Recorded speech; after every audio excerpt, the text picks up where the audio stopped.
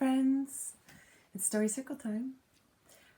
Today we have a book, one of my favorite books, called Apple Trouble. And it's written by Ragnhild Skammel, which is a difficult name to say. And it's illustrated by Michael Terry. Hedgehog had just finished building her winter nest under the old apple tree. Not too large and not too small, just right for a nice long winter sleep. Suddenly, a juicy red apple landed on her back. Ouch! Squeaked Hedgehog. Plop!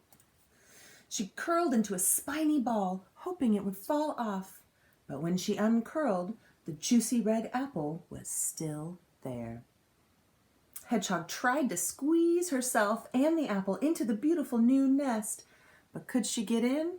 No, she could not with the apple on her back. The nest was too small. Oh dear! Squirrel, scurrying past with an armful of brown nuts, stopped to help. And he, "Stand still, I'll push the apple off," he said.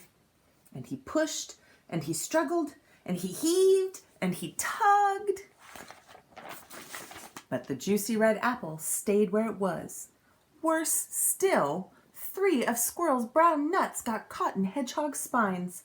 So now she had a juicy red apple and 3 brown nuts on her back. "Oh dear," wailed Hedgehog. "Winter is coming and I can't get into my nest. What will I do?" "Try rolling on your back," snorted Pig, trotting up. "That'll get rid of it all." Hedgehog threw herself on the ground. Her little legs paddled in the air as she twisted and wriggled and rolled. "Has it all gone?" she asked hopefully, scrabbling to her feet. Pig shook his head. No. The juicy red apple and the 3 brown nuts were still there.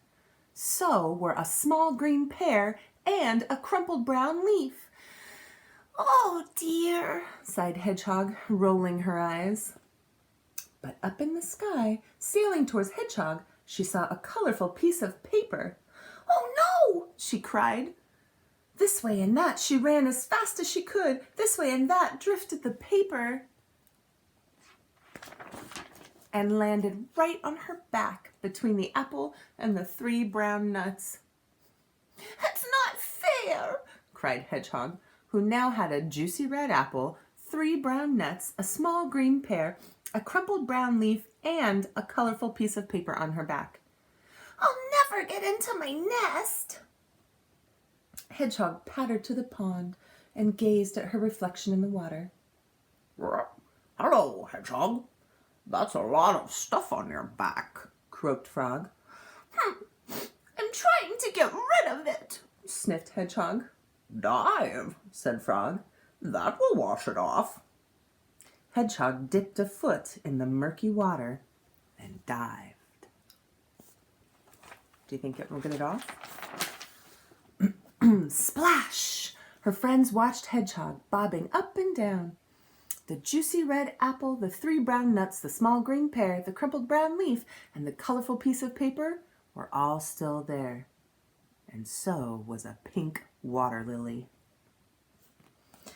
"Glug, glug, glug," gurgled Hedgehog as the others heaved her out of the water. She did look funny. But Hedgehog did not find it funny. "Stop laughing," she spluttered and stamped her feet on the ground. "Where am I going to sleep?" Pig and Squirrel looked worried, and so did Frog. I do have one last idea," oinked Pig.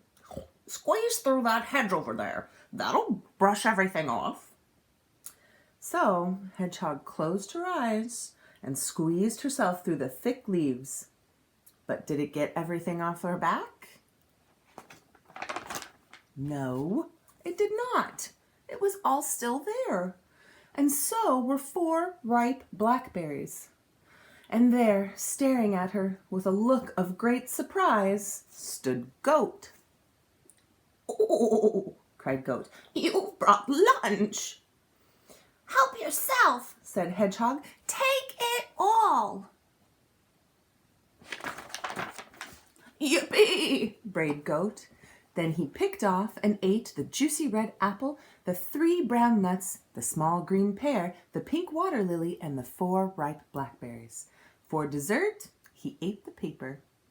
The only thing he left was the crumpled brown leaf. He just couldn't eat any more. Hooray! cried Hedgehog. She felt as light as a feather.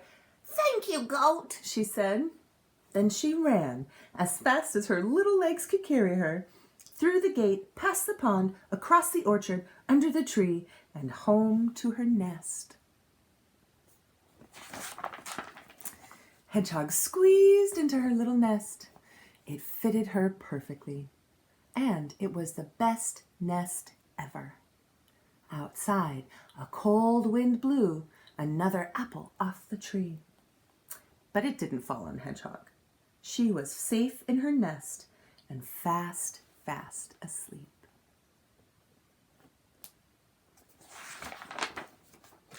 The end. Okay, my friends, I hope you're having a wonderful day, and I will see you later. Bye.